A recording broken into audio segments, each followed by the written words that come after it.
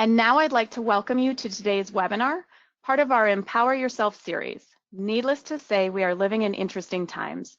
There has been an unprecedented level of disruption, and organizations, both big and small, are facing the unavoidable challenge of maintaining their business, while first and foremost, being mindful of the well-being of their employees. At New Horizons, we understand these concerns as we ourselves are facing them in real time along with you. Our mantra here is human first, technology second, and hopefully this webinar series reflects that. Today's session is on communicating across your organization, and our speaker is Matt Rush. Matt is one of our exceptional New Horizons Center for Leadership and Development facilitators, as well as a Zig Ziglar Legacy certified speaker and an all-around great guy. Matt, take it away. Well, thank you very much, Kara. I appreciate that. And welcome, everyone. We're so thrilled and delighted that you could be with us either here live or on the recording. So thank you for giving us the most valuable asset you have, and that is part of your time. And I am excited about this conference. I'm excited about this content. This is absolutely one of my favorite sessions to teach because in and of itself, communication is the #1 problem that most businesses or industries have to address. It's that one thing that we're just constantly having to deal with and handle. And so that's one of the things that we hope we provide through this class, is that you actually have some things that you can use once you go back home and once you go back to work or once you go back to your career, because we are in such dynamic times right now, with technology being the #1 driver of our communication because of where we're at in the world. So we hope that we give you some things that you can actually use. As we dive into this, I'm actually probably going to click the video off just so we make sure we prevent any lag time, because let's be honest, if we're talking about communication, we don't want there to be a problem within that. And so many people now are having to communicate via online methods that everything started to change, and that there's also a huge drag on the web right now. The reason I like this, and let's just dive right in, the reason that I love this class so much and I am so passionate about it is because it really comes down to people. How can we help create those teams and companies where people are engaged and they're motivated and they're constantly pursuing excellence in their day-to-day realm?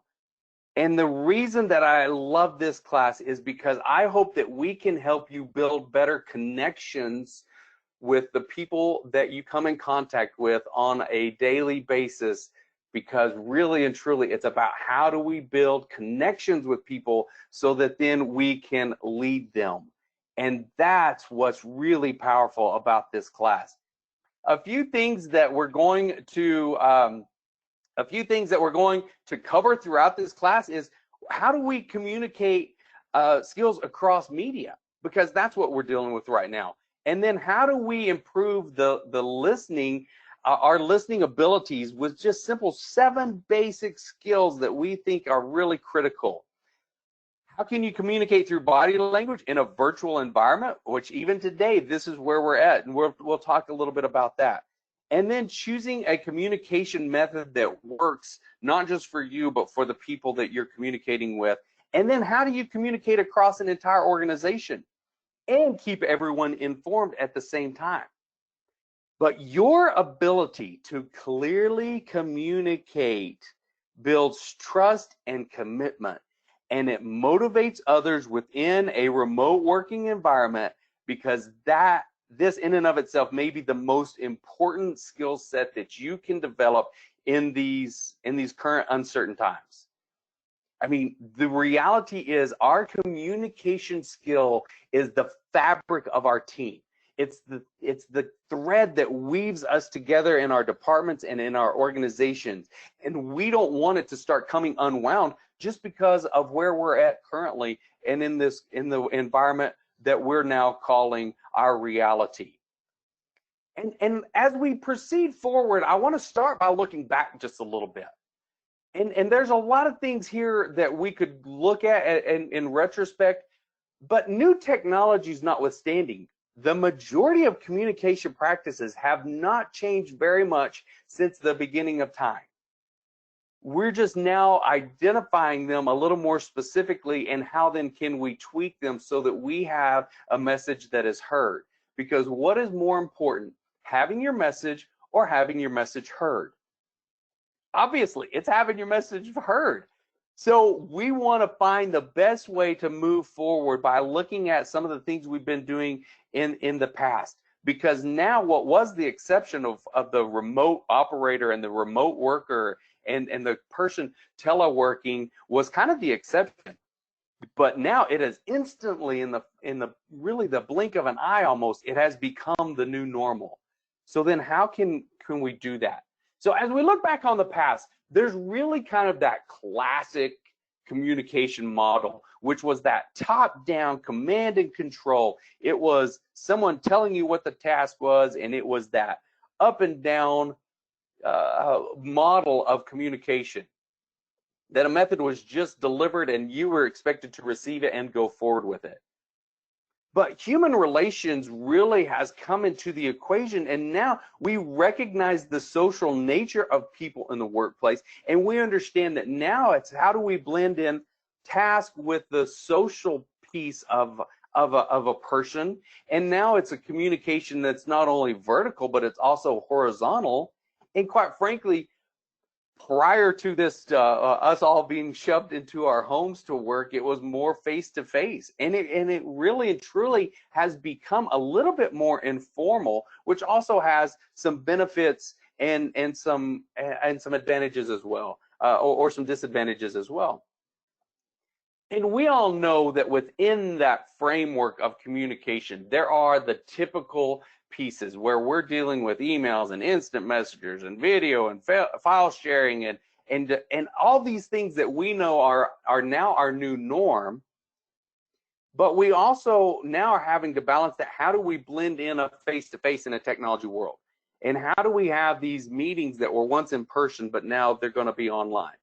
And then the power of the casual conversation, which really and truly is a lot of how we communicate within our working spaces, is that as casual conversations that really now are more limited, but are also so incredibly critical. So there are some real implications to the way we communicate. And there's kind of a secret reality that we're dealing with, and that is the more communication platforms that increase, the possibility for messages to get overlooked or lost goes up, quite frankly, exponentially. So the ease of sending a quick question or response can have a negative consequence if the message is not clear. So what we're really wanting is for you, especially now, to make sure that those conversations are concise, that they're clear, and that they're delivered in a way that the hearer can actually retain that message or hear that message. And we're dealing with all these different platforms, and some people are going to like texting better, some people are going to like emailing better, and some people are going to like face-to-face better. And now it's how do we blend all those things together to make sure that nothing doesn't slip through the crack, if it were. And that no matter where you're at in the globe, because we know we have people on here from all over planet Earth, and how can we make sure then that we don't miss something because of all the different varieties of communication?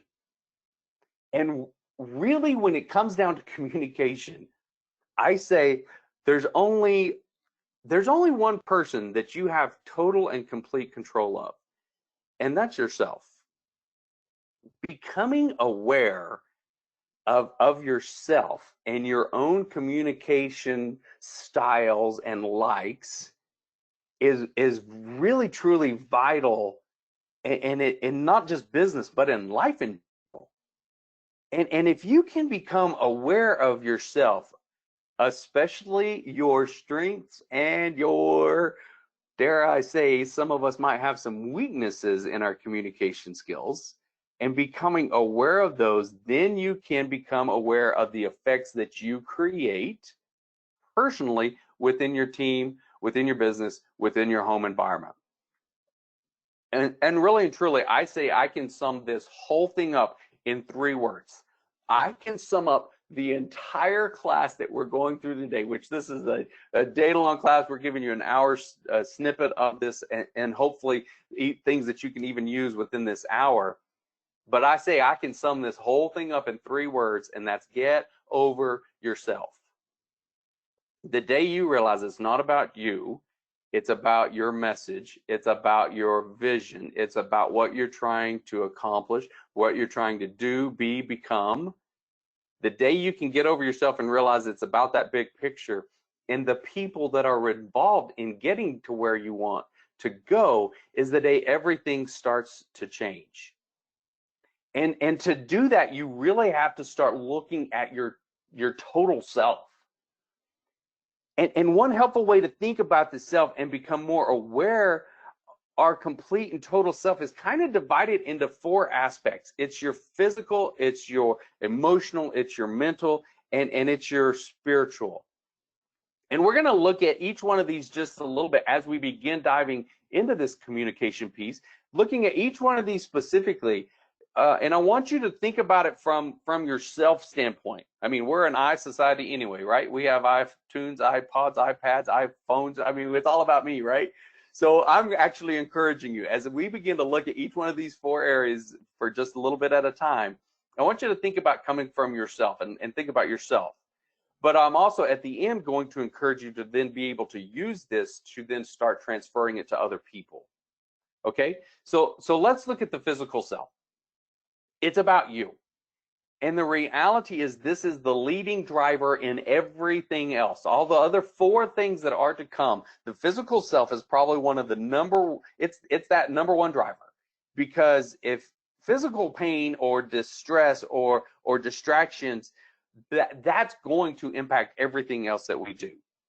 When you physically feel uncomfortable, it can lead to feeling emotional uncomfortable, and feeling emotionally uncomfortable can lead to changes in our actual physical feelings.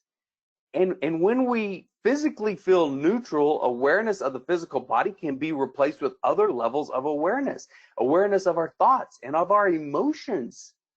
So see, this is the piece that drives the other one. And examining examining the physical self requires the examination of one's physical environment. The 2 are absolutely tied together. The 2 are mutually interact. They change each other. They reinforce each other. So think about how your environment and yourself interacting with and changing each other it's important to remember, not only in examining one's physical self and your physical environment, it's important to examine it eventually in other people as well, but you've got to address it in yourself first and be able to control that. And then the next thing is, step number 2 is your emotional self.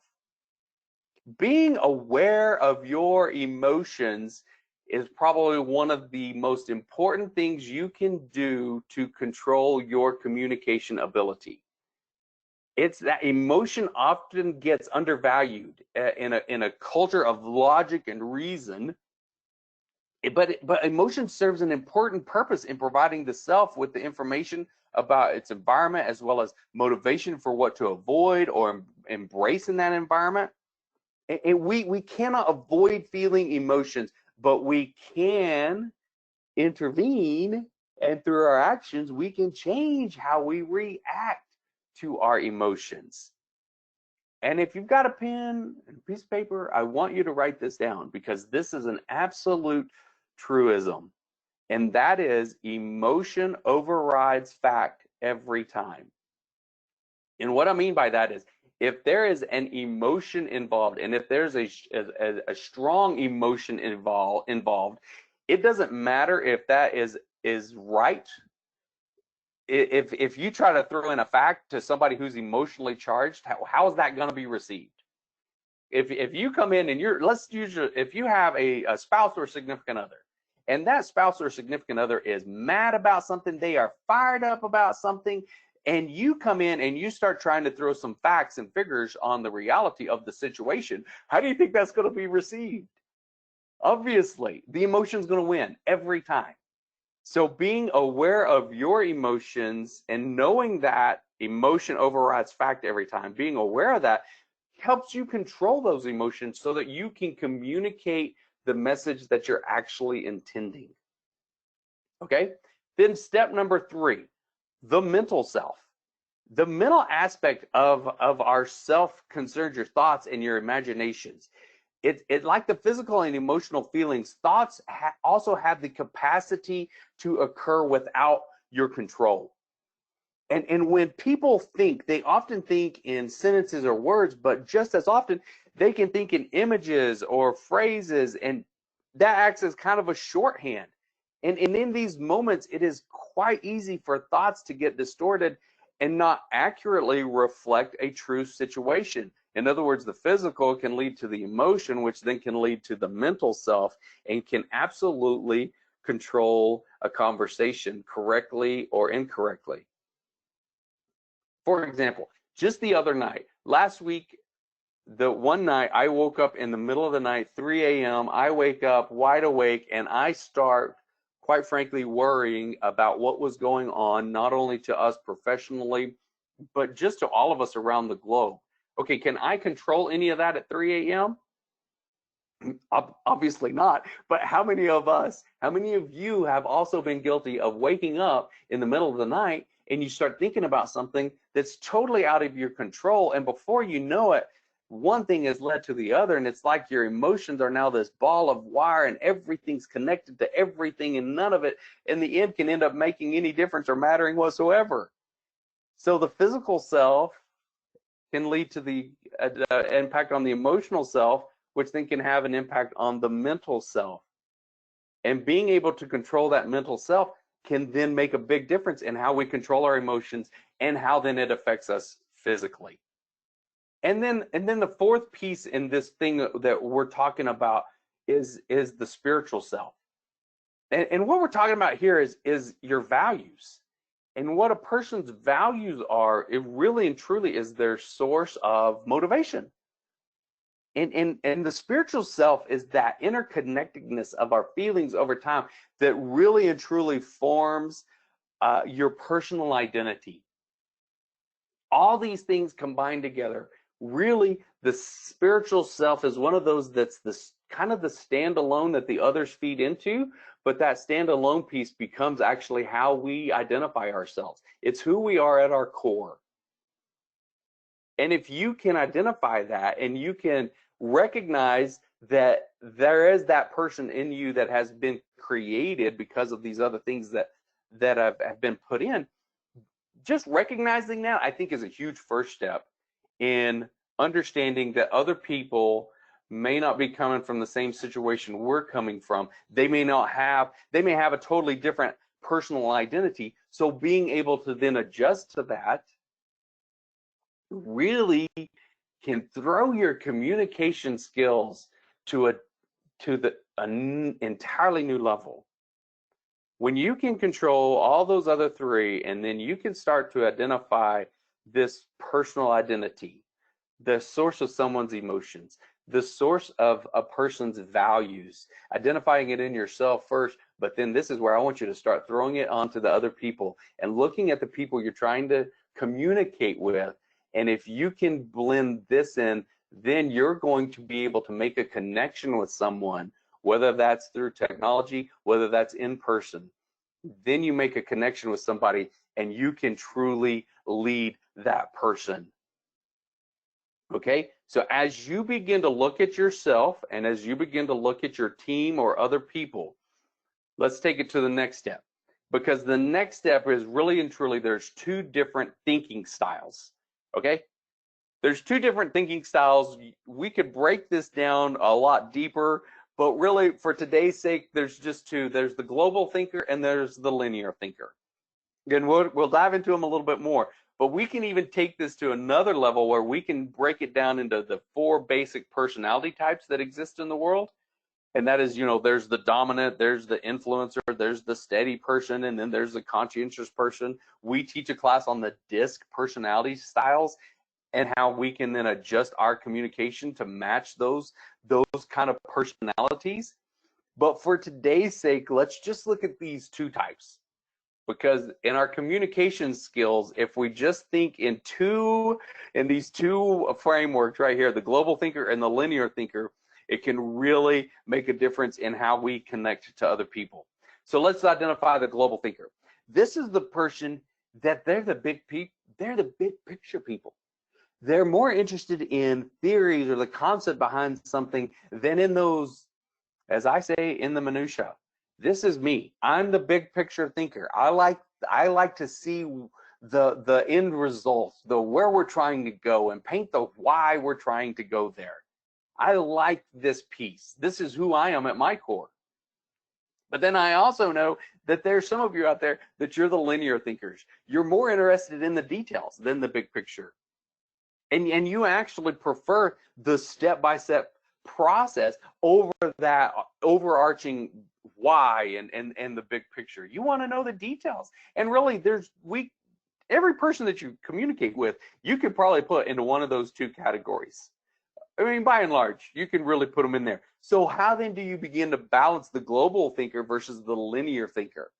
And one way to think about the difference between the two is think about a toy that's in multiple pieces, and it has to be assembled before it can be given to a kid. And if you're a global thinker, I say a global thinker, you're gonna look at the box and the picture on the outside of the box, and you just want to get started putting it together. Where the linear thinker is going to identify the instructions. They're going to pull out the instructions and start going through the step-by-step process.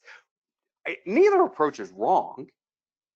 In group projects, global thinkers tend to work well with those who are global thinkers, and linear thinkers tend to work well with other linear thinkers.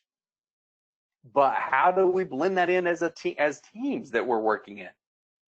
And a global thinker will appreciate each other's willingness to see the big picture. Linear thinkers will work well together in those step-by-step processes.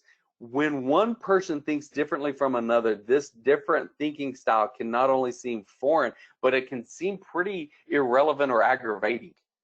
Sometimes when you're communicating with somebody who is different than you may be aware of your thinking style, but are you aware of the other people's styles? And are they aware of their own style?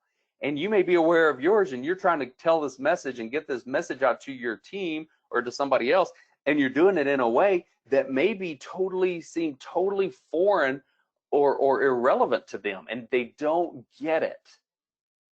They may not even know your style and just think, man, this person is not concerned with the details at all. And why is that? So then we have to start, and I say, get over yourself, right? Understand it can't always be about your personality type. It can't always be about the way you like it. Get over yourself and understand your team, and then be able to adapt to the different thinking styles. So if you're a global thinker, try and break down the big picture into a series of steps. And conversely, if you're that linear thinker that likes all those little minute steps, when you're talking to one of us global thinkers, try to base your discussion on the bigger picture and the why behind all those steps. And being able to paint those pictures so that you can adjust your style will make all the difference in the world to how your message is actually received. Because a lot of times we get so comfortable in our own communication style that we just don't think about how somebody else needs to receive a message. Especially now in a time and in a place where we are doing so much online and so much is technology driven. Now we're throwing some global thinkers into possibly a dimension that they're not comfortable with, and maybe some of our linear thinkers now, they're not getting the nuts and bolts, the step-by-steps, things that really make them comfortable. And are you addressing those issues? Are you addressing the way somebody else wants to be told? And then how do you become aware of that? And how do you adjust your communication in a way that we actually try to hit on every personality style, and we can do that in a webinar. I can do it in a webinar by giving you some facts, giving you some figures, being prepared, giving some groups time to think about things, and then also trying to make it a little fun and lighthearted. And in so doing, I know that I can hit every personality style on this webinar even. So obviously it's easier in a face-to-face environment, but it can be done even from an online perspective. Just try to hit every person's style that you can within whatever realm you are actually communicating to them. And have some interpersonal awareness. So as you develop a greater degree of self-awareness, you'll also become more aware of the dynamics at play in your interactions with other people. And however, this awareness doesn't always go two ways.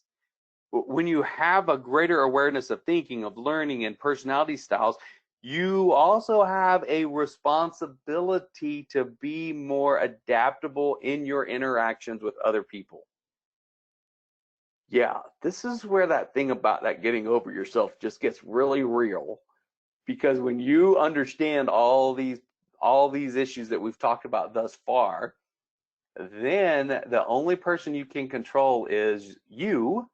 So it's about how do you then get over yourself to be able to adapt and identify, to adapt to your people so that you can communicate in a way that actually gets your message heard. Because that's what we are, that's our goal, that's our hope for you in this session today, is to help you just become a little more self-aware of the different communication styles out there in you and in other people, so that you can become more connected. Because really and truly, at the end of the day, it is humans first, technology second. It's about, we can't do any of this stuff alone. So it's about the human connections that we need to be making in a technology-driven world. And I hope that makes sense. And if we could just get this point across right now, we would consider this session a win. Because I say right now in society today, we are more connected than we have ever been in the history of the world. I have family that live all over the globe. I can see what they're doing and what's happening to them in real time. We're more connected than we've ever been in the history of mankind, and yet we're more disconnected than we've ever been in the history of mankind. Because now we can just do it through technology, and we don't have to have the face-to-face conversations, and we don't have that personal connection sometimes. So how can you become aware of that, address that issue, so that then you better communicate a message that's actually heard? Now before we go on to the next part about communication, I just want to pause for a moment, and I just want you to listen. I just want you to listen to the sounds, to the words, to the things that are coming and going, and the things that are happening around us and what we're dealing with. Because I've said it once and I'll say it again. What's more important, having your message or having your message heard? So we want to offer 7 steps to listen better. Because hearing is easy. For most of us, our body does the work by interpreting the sounds that we hear into words. Listening, however, is far more difficult. Listening is the process of looking at the words and the other factors around the words, such as our nonverbal communication that we'll get into, and then interpreting the entire message. So let's break this down into these 7 steps. Because here's 7 things that can help you listen better. And listening is actually a learned skill. So I want you to, as we go through these, I want you to give me 2. Identify 2 of these 7 things that you want to do today to help you listen better. The first one, when you're listening, listen. Don't talk on the phone. Don't text somebody else. clean off your desk, don't do anything else besides listening. Number 2, avoid interruptions. If you think of something that needs to be done, or make a mental note or a written note of it, and then forget about it until the conversation is over. So avoid those interruptions, and aim to spend at least 90% of your time listening and less than 10% of your time talking. My grandmother always told me, said, you have 2 eyes and 2 ears and 1 mouth. You should use them in that ratio. So spend more of the time listening and seeing than you actually do talking. When you do talk, make sure it's related to what the other person is saying. Some of us are really bad about trying to talk about the squirrel that just popped in our head, and we try getting off point. So try to actually to hear what they're saying, and keep it related to what they're saying.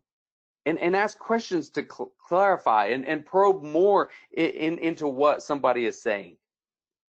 And don't offer advice unless the other person actually asks for it. If you're not sure they want your advice, then ask. Do you want my advice on this, or do you just need me to listen?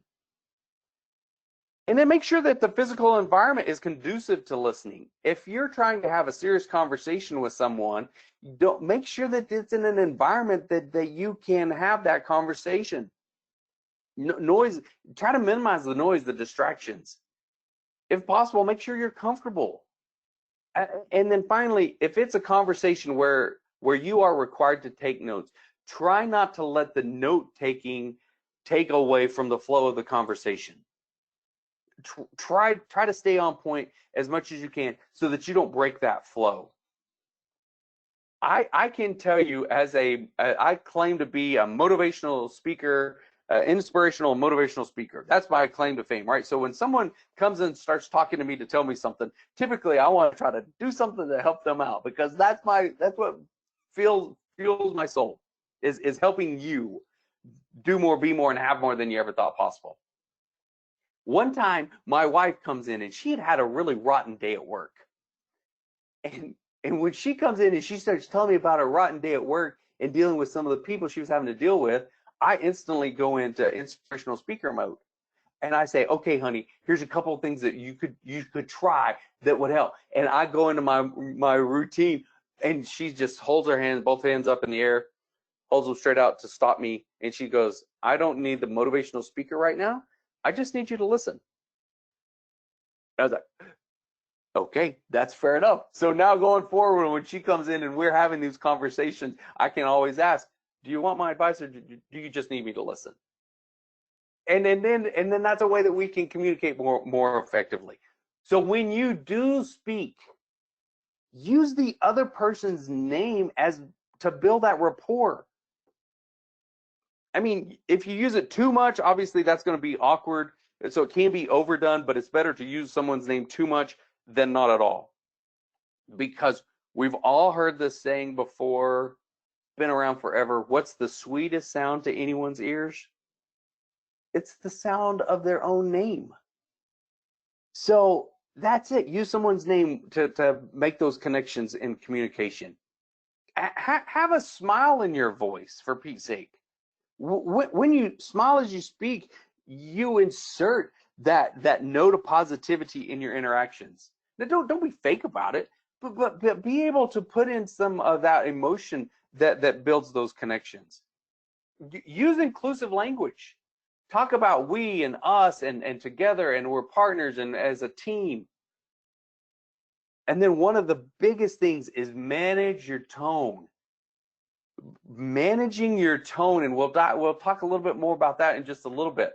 But tone, volume, and pace is crazy essential.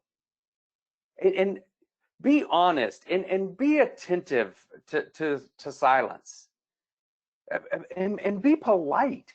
And some of this may sound really elementary and kind of first grade level, but the impact that these things right here can have on your ability to communicate is ginormous. And you really have to think about the whole body of communication. In 1971, Albert Mehrabian, I think that's how you say his name. Bless his heart. I hope he's not listening and calls me out on not saying his name right.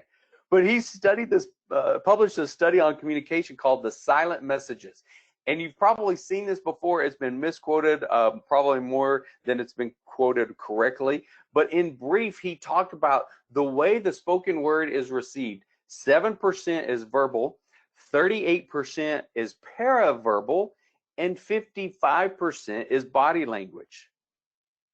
Okay, so, and we'll dive into each one of them a little bit more, but we know that it's not true in all situations. If someone's talking to you in a foreign language that you don't understand, you're not going to pick up 93% of it. So I get that it's not always 100%, but what this study does tell us is that body language is a vital part of our communication with others. And with that in mind, how then do we pick up on that in a time and a place where so much of it is not available? I mean, you can't see my body language right now.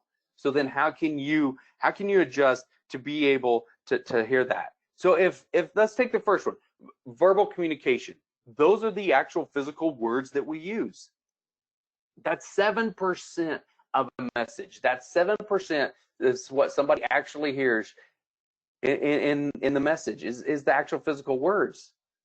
Does that mean they're not important? Absolutely not. Well, do you remember that little saying from when you were a kid that said sticks and stones can break my bones, but words can never harm me? That is a lie, an absolute lie, because the words that we choose to use can have an absolute dramatic impact on other people. And we've also heard it said that a picture is worth what? A picture is worth 1,000 words, and yet photography has only been around since 1826. So for thousands of years, all we had was the written and spoken word.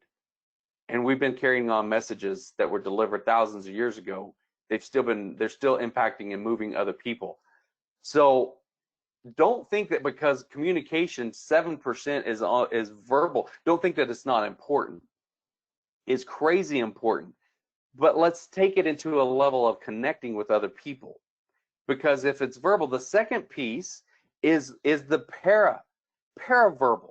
And that's 38% of communication, is the tone, the volume, the emphasis on the individual words.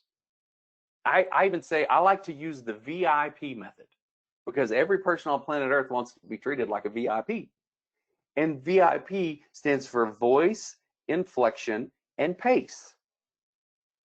And one of the things that you probably noticed I've been doing from the beginning of this is changing it up. Sometimes I've been talking fast, sometimes I've been talking slow, sometimes I've given great pauses in between to try to help re-engage your brain into this session. So it's about how then do we blend in the written with the way it's delivered, which then comes down into over half of communication is body language. And here is a broad spectrum of ways that things can be given and the way that they can be received within body language. And we all know that these are true. We've probably all experienced these at some point in time. We could pick up on somebody's intent and somebody's emotion strictly on their gestures and what they're doing with their body. Now the reason we're bringing this up right now is because if 55% of all communication is nonverbal, and we are currently in a time where the majority of communication is what? I mean, we've now almost taken body language out of the communication equation right now because of what we're dealing with around the globe. And yet we know that 55% of communication is nonverbal. What does that tell us? That tells us that we better be stepping up our game in the other two divisions to be able to make sure that our communication is absolutely heard. So how then do we do that? So let's talk about written conversations.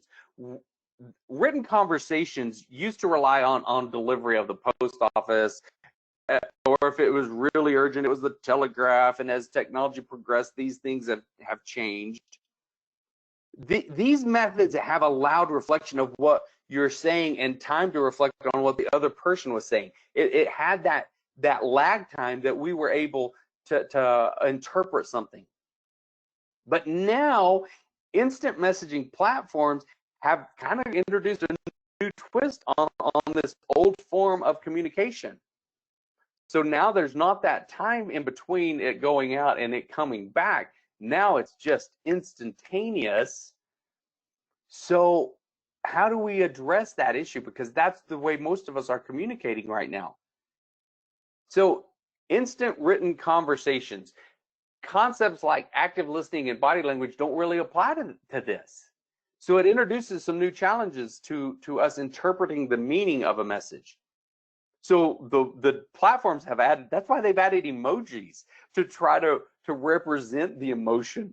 But if both parties don't understand those in the same way, then it's going to be a lead to confusion or misunderstanding more than it actually leads to helping it. And we all have those friends, and you know who those friends are, that they think they can communicate strictly in emojis.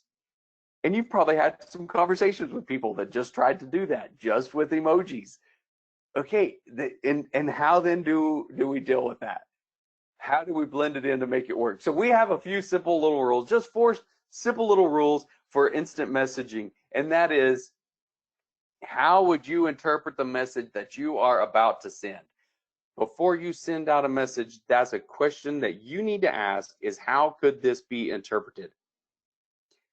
Do you share the same cultural bias with the person that you're communicating with? I mean, if you're communicating with somebody on the other side of the planet and it's now happening instantaneously, is what you're saying culturally going to fit? Ask yourself the question point blank, could this message be misinterpreted? And if you do use emojis, I love emojis, I love using them in conversations, do they add or subtract from the content? I don't know how many of you have ever had a conversation with somebody and you sent an instant message, whether that be a text message or an instant message, and it was actually misinterpreted. Somebody thought you were mad at them. Somebody thought you were upset at them. And you're like, no, I didn't intend that at all. So this is when we start to blend in all those things we talked about thus far to make sure that our instant messages are actually being received. Okay, so those are just a few little quick tips on IM. The next thing is organizational awareness. Now that we're in this age and now that we're in this era of communicating technology-wise, how can we become aware of the organization and know then how flow needs to happen, and how we can be attuned to the culture so that then we can blend in that organizational awareness with our self-awareness and then blend in those interpersonal skills to be able to make sure that we are communicating that message and hitting on all 3 of those things that we're going to have to deal with within our teams and within our businesses. We can't overemphasize the importance of being aware of these 3 things. Because if you can be aware of these 3 things and you can then be able to adjust your communication skills and your styles accordingly, your message is going to be much more effective. Now, I want to ask you a question, and that is, the question is, why does culture matter? Within communication, why does culture matter? Because culture in an organization really defines how people act. It defines how people communicate. Email, messaging, face-to-face, calls, formal meetings, informal meetings, etc. It defines how decisions are made. Is it a top-down process? Is it a consensus? Is it a committee? Is it through whoever just is the last person standing? Or is it through bullying or through logic or through finances, or is it from the customer side of the equation? Why does culture matter? Being able to understand where your culture is coming from within your organization or your entity, Knowing that, being aware of that is a huge inroad for your being able to communicate more effectively. And you can actually then leverage culture to be more effective in your communication abilities. System theory and organizational interdependence gives us insight into an organization's culture, and that can determine the best way to communicate. The understanding of process and people's interactions shows who communication should be sent to for maximum effect, the best form for cross-organizational communication, how hierarchy plays a role in communication within your teams and within your organizations. So you can actually leverage the culture that you exist in a way that you're more able to effectively communicate. Now, every time we're doing this, especially in the live events, and we do some activities at this point, and I always get asked the question, well, isn't that manipulation? And I say, is that a bad thing? Is manipulation a bad thing when you're trying to communicate a message? It has a negative connotation, but in reality, that's really kind of getting over yourself and understand I need to manipulate my message in a way that's more effective, and being able to understand where people are culturally and personally, then that's a way that I can do that. Because it's all about the effectiveness of your communication. And in any organization, the effectiveness of communication will have an impact on your levels of stress in the organization, your relationships with other people, how engaged people are with you, their productivity and ability to get things done, their ability to solve problems and meet goals. So that's how important communication is. And we get that, but do we ever step back and think about it from a personal standpoint to understand that, hey, I do need to change some things up, because some factors that can contribute to our communication is just the method used to communicate. I mean, that's important in and of itself. The number of people receiving the message, or is it going out to the masses? The audience receiving the message affect the message. Their understanding of the topic, the way in which they receive the message can affect how it's actually interpreted and understood. In today's time, these factors are more important than ever. This just happened day before yesterday, and it was a story that I wanted to share with you today, because we just experienced a couple of these factors that really impacted a message. A really dear friend of ours was a former CEO of a Fortune 100 at one point in time, Fortune 100 company, and he'd been retired for several years, but he just passed away, and it was really tragic. But he's been removed and retired from this company for 10 years, but he led the company as CEO for I think it was close to 30 years. So he still had a huge impact on this business and on this company. Within the internal workings of the company, they have an online group, and in the online group, they have over 500 people involved that are part of that online group.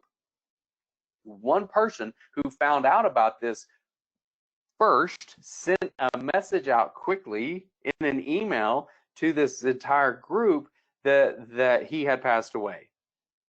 The unfortunate part was, so this was a mass audience that just received a message that impacted them on all different kinds of levels. But the sad part was, not all the family even knew yet.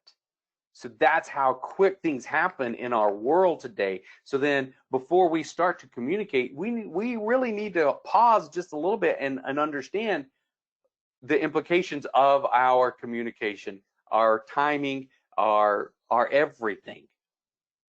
Because there are some barriers that we're going to have to address, even beyond those personal instances. On the surface, communication seems pretty simple. I talk, you listen. You send me an email, I read it. Someone makes a TV show, we watch it.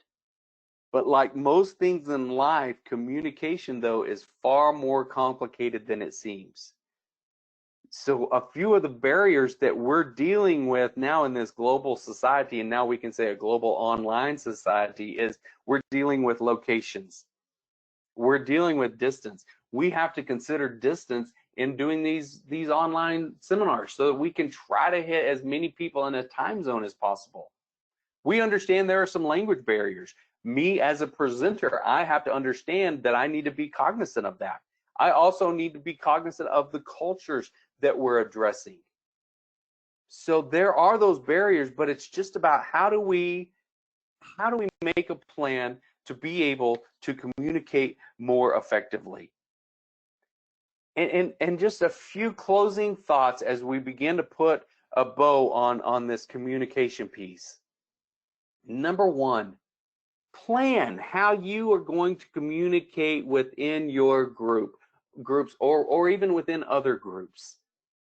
A lot of times we just do this on the fly and it just happens, and we need it to be done, so we say something or we do something or we send something out, and we don't actually stop even just for a few seconds and think about how to plan this best to hit most people.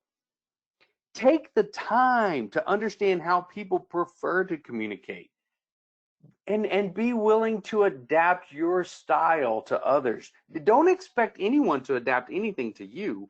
This is where we really do have to get over ourselves and adapt our styles. But then we also have to recognize the fact that if something isn't working, find out why and be willing to change it. It's often been said that we get in ruts, especially in our communication, because it's just been done. We do it the way we've always done it, and we expect a different result occasionally. And what's that the definition of? That's the definition of insanity, doing the same thing over and over again, expecting a different result. So step back, plan it, take the time, adapt your styles to it, and then be willing to change anything that's not working. This may actually require you asking some other people that you work with and for if there are things you need to change personally in your communication. I've had to do this. I know everybody who helped us build this platform, this session has had to do this. I've had to have that conversation with team members and say, what am I not doing to effectively communicate with you? And then I have to be willing to adjust accordingly. When it comes down to it, we're going to have to communicate across our organizations and our teams. There are a lot of new technologies that are out there right now. And at the same time, we need more of these soft skills, not less of them. Really, it's about human first, technology second. If we can only drive that point home today, then that's a victory. Be self-aware of creating those interpersonal skills and understanding your organization, and that's really key to you being that effective communicator. Putting these skills into practice will have an absolute immediate and direct benefit on you, your team, and the organization. What's easy to do is also easy not to do. So you've got to be able to put these things into play. And every area that we've discussed and every skill we've explored is actually something that can be learned and can be worked on and improved on. In a technology-driven age, don't forget that it really is about how do we connect to people and what can you do differently to make those connections impactful. In the last week, I have received 2 handwritten notes from 2 people in different parts of the world, but they were handwritten notes that just said, hey, I had the time now, so I wanted to send you a message to tell you that I was thinking about you and just to touch base. They were personal notes, they were thought out, I can tell it didn't take a great amount of time for them to write these short notes, but the impact that it had on me and my connection with them has just been blown out the roof. So in a time and place where we're more connected than we've ever been before, we're also more disconnected than we've ever been before. And please don't forget, human first, technology second. As we wrap it up, a few things. We've been teaching at New Horizons, we've been teaching these classes since 2001. Virtual live training since 01. We want to be able to have face-to-face connections with you as soon as possible, but we also want you to know that we can offer so many virtual trainings that have been received so incredibly well and can actually help you with the tools that you need. The Center for Leadership Development has over 50 to 60 post-class resources for your practice and your guidance. So please, what's easy to do is easy not to do. We want you to be able to dive in deeper and be able to become a better leader for everyone. And with that, I say thank you. And are there any questions? Thank you so much, Matt. I'll give everyone a chance to type in their questions. Just give everyone a minute here. I know we're at the top of the hour, but we have a couple that did come through. But just a quick reminder for everyone, just echoing what Matt said, if you're interested in the material that's presented on this webinar, if you have questions on what's available to you, just please contact your local center. You can log on to newhorizons.com and do a quick zip code search to find the center that's nearest you. And also, this is our second webinar in our series of 5 for the week. Our webinar schedule is up to date on our website. You can go to newhorizons.com and sign up through there, or you could also go to newhorizons.com/empower to register for this week's series, the Empower Yourself series as well. And a last quick reminder before we jump into the questions is the recording will be sent out tomorrow morning from today's session, so you can view it, review it, pass it on to someone who may need, who would be interested in this information, who missed the session. That'll all be there for you. So a couple questions that did come through for you, Matt. When you were talking about, I believe it was like global thinking and just what type of thinker you were, a question came in is, what if you are both types of thinkers, depending on the stage of a project or a situation? How would one deal with that and how to communicate in that scenario? Okay, that's an awesome question. One, if you are a global and a linear thinker, kudos on you for being able to be well-rounded enough that you have the ability to see the big picture, but also understand the importance of the step-by-step process that you need to go through. My challenge is, and how do you deal with that within a team, is to make sure that you understand where your team is coming from and then be able to blend them together in a way that's most effective. Because what do we need? Do we need all of one or all of the other? Obviously not. We need both. To be able to accomplish a mission effectively, we need to be able to blend that. So if you're well-rounded enough to consider yourself both, then I think the challenge then is, how can you understand your people and make sure you have the right combination of people on a team or in a project to be able to get things done more effectively? How's that? Perfect. Another question that came in is, you had mentioned the personality tool used in this class, DISC, I believe. The person asks, have you used real colors, or do you see a significant different benefit of using one over the other? So I'm assuming he's asking, is DISC better than, I believe, real colors? But the real colors is a spinoff on DISC. The reason that we use DISC is because it's been around for literally for decades, and it's kind of the one that all the others are built off of, and you can see that. We'll even mention it like in the live, when we do live trainings, like the dominant personality in the DISC, the number one personality, that's your gold color. The influencer in DISC, that's your orange. So you can see where the others have built theirs based upon this DISC, because DISC is actually in a public domain. It's been around so long, it's considered public domain. So people have just taken it and repackaged it. The reason that I like it, especially for live events, is that we just ask, there's 10 questions, and you have to rank the importance of 4 words within, there's 10 sets of 4 words. You rank them from most like you to least like you. And in those 10 sections, 4 words apiece, we can really put you pretty much in your personality type. Now, occasionally we'll have somebody move and get into their right personality type, but not very often. So it's really quick, it's really concise, and it's really it's applicable to someone at work. It's also actually applicable to someone at home. And it's what all the rest of them were built on. So that's why I think that's why I personally like that we use it. Great. I know we're at the top of the hour. We do have a few more questions. If anyone needs to drop off, this will still be recorded, and when you get that, you can listen and review some of the questions. So Matt, thanks for hanging on. We'll go through a couple more.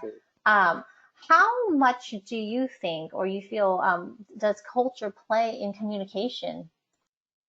I think it's huge. I think there's really and truly, there's two realms that culture really plays. One is the culture of a company or a group of people, but then there are also the actual physical cultural differences that we have versus somebody who may be raised like me in the state of Texas in the USA versus somebody that's raised in the UAE. I mean, so there's really two cultural things within that cultural equation. So I think it's crazy important. I don't think we pay enough attention to it within our teams and our groups and our companies, that we really have to be able to blend in the culture of the company. And that's the one thing that we can have real control over, is creating a culture within a company or a group that allows for the most productivity, the best forms of communication, and addresses that. That's the one thing that we really can. You can't control the other culture piece, but we can control it within a company. And just being able to be aware of the cultural differences that we may have personally, we can actually drive it within our own. We can drive the culture within our own businesses and teams. Now, the one caveat to that I'm going to share is that if you know there needs to be a culture shift within your organization or your team. And we had to go through this as I was CEO. We had to, when I took over an organization, we really needed to change the culture of the organization. I cannot stress it enough how much time that's going to take. It has to be done in small, bite-sized increments, because communication is going to be really slow to connect with people when we're trying to change a culture that's existed for a long period of time. It's just got to be done in bite-sized pieces. And what do they say? The only way to eat an elephant is one bite at a time. That's how we change culture, is one step at a time. So culture is crazy important, and it's awesome to be able to identify it and then be able to do what we can to set the tone for the culture. Maybe just us, that we're working on what we can work on and going from there. Great. A couple more questions here. Communication is becoming more face-to-face, but when this person gives assignments verbally, staff often fail to get it onto their task list and forget about things. How do you feel we can keep communication dynamic but enable better tracking now that we're just in this virtual mode? You know what? That's an awesome question, and it's probably something we need to throw in to address in this hour-long piece. And that is when we're giving a direction, like you're talking about, when we're giving something, one of the things, and you're thinking, man, it's not being received well, or it's not being implemented, or somebody's not doing what I ask. When you have to give a directive or you need something, one of the most important things you can do is, once you give that direction, is then ask in return, what did you all just hear me say? Because I want to make sure that my message is perfectly clear, because this is something that we need to do. So I want to know, what did you just hear me say? You can flip the table and throw the communication onto them. So now you've just held them accountable for actually hearing what you had to say versus just listening to what you said. So ask questions, ask clarifying questions. Then if there are times that you know we need things done by, and you've communicated that message, and then it's not being done by that whenever you asked it to be done by, okay, then that's probably a little bit on you. You've probably not been, you may have been clear with the communication of what you needed. You may not have been clear enough with the communication of when you needed it by. This is when it is an awesome way to send out reminders saying, this is a wrap up of what we just talked about. You can even frame it by that way. You can set it up by saying, I just want to be abundantly clear in what we discussed. Here's what we talked about, and here are the takeaways, and here are our deadlines and our timelines that it needs to be done by. Are there any questions? And I even say, don't even ask that. Ask it by saying, what questions are there? Because if you say, hey, are there any questions? People are going to say no. I mean, that's just our human nature. So if you say, what questions are there, it at least triggers the thought, okay, is there anything I need to ask in that? So you can actually be that clear in your communication, but you can also then follow up with additional communication to be able to make sure that you get that thing done. Does that make sense, Mayan? It does. That's a good answer to that one. Another question we have is, how do you have the conversation with your manager when you have a hard time communicating with them? Oftentimes, directions or communication is not clear, but I'm afraid that to seem like I don't know what I'm doing. And this kind of ties into what you were just saying as well, but how do you make it clear to your manager that you are trying to, do what they're asking of you? Okay, so, and I kind of hear two different, I'm going to read a little into that question. Sure. And it may not be accurate, so correct me if it's not, but part of it sounds to me a little bit like, and I'm trying to hear what you're saying, is that if you're having a hard time discussing a topic with your boss or your manager, that I say this is when you've got to be prepared. You got to understand how they like to receive information. It may not be how you're most comfortable giving information, but how is it best received by them? How do they like to receive it? Then build what you have to say based upon how they need to, what their style is. Do you need to have it in writing? Do you need to be confident and straightforward and get your bullet points out of the way and then get on with it and get out of the way? Do you need to spend some time with them? Do you need to ask them about their family first and build a connection before you get into what you need? Or do you need to reassure them that you're coming from it in a good place? So it really is, how do you get over yourself and identify how they like to be told and then change that? Okay, and that's step one. Step number two, regardless of when you have a conversation with your manager, the one thing that I respected more than anything, and we had an organization, 100 plus people, the one thing I respected from my team more than anything was confidence. If somebody comes in, they didn't have to be 100% sure of something, but they were confident that we needed to have a conversation. That got to me, and maybe that's a little bit of my personality type. So I think it's about how do you step back and plan that conversation out so that you know it's going to be how they need to hear it. Does that also make sense? All right, great. And I think I'm going to round out the questions just because we're hitting, the 15-minute mark here. The last question is actually a really good one. How can we communicate with people who are just negative in the way they talk, speak, and treat people? I mean, we're living in a world where we're virtual and things can be misconstrued easily. But how can we communicate with people that are just what you can call manipulators or negative negative to an organization? Yeah, okay, so there's two different ways there. Okay, number one is how do we communicate to somebody who is negative, because that's different than somebody who's manipulative. So I want to try to address both of those. When you're communicating, when you've got, as I call it, I don't know if you've heard this saying before, the negative Nancy, that's just negative about everything, and it just doesn't matter what anybody does or says, it's just received in a really negative manner. You've got to limit your exposure to those people, because quite frankly, those people can bring you, they can wear on your soul. So my wife and I just had this conversation night before last. She's in a text group with our, we call it our tribe, our closest friends, and they have a text messaging group with each other. And she said it's here in the last few days, it's been getting so negative. She said, I'm just going to have to step away from this for a while. She goes, because I need to get in a better headspace. And we had that conversation like, yeah, it's okay, even when amongst your best friends, to step away a little bit and just get in a better place yourself, so you just limit your exposure to those negative people.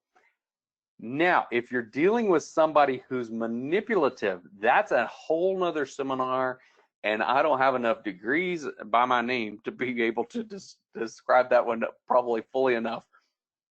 Within a that's when communication becomes more essential than ever. Because if you know you're dealing with somebody that can be manipulative, you need to make sure you have dotted every I, crossed every T, documented everything. I mean, communication, at the end of the day, this is the dream for anyone in HR, is that everything has been documented, followed up on. You can only do what you can do, and you can only be the person of integrity within yourself. And if somebody else is being manipulative, as long as you have documented everything, then that's you've done what you can do to protect yourself and make sure that your communication was crystal clear, so that then when and if an issue comes up, you can document what you've just said. Great, thank you so much. We are heading into the 15-minute mark. I want to just say everyone has great questions. Thank you for sending those in. We'll try and get those answered and put somewhere that we can all access it. Again, thank you, Matt, for speaking on behalf of New Horizons. We appreciate you and your time, and everyone who just hung on there with us. It's a crazy time that we're living through right now, but please join us for the rest of the week for Empower Yourself series, just so you have some tools to help you navigate through these uncertain times. As always, thank you, Joy, for joining us. Human first, technology second, everyone. Appreciate it again. You may now log off. Hopefully, looking forward to see y'all joining us tomorrow. Thank you. Have a good one.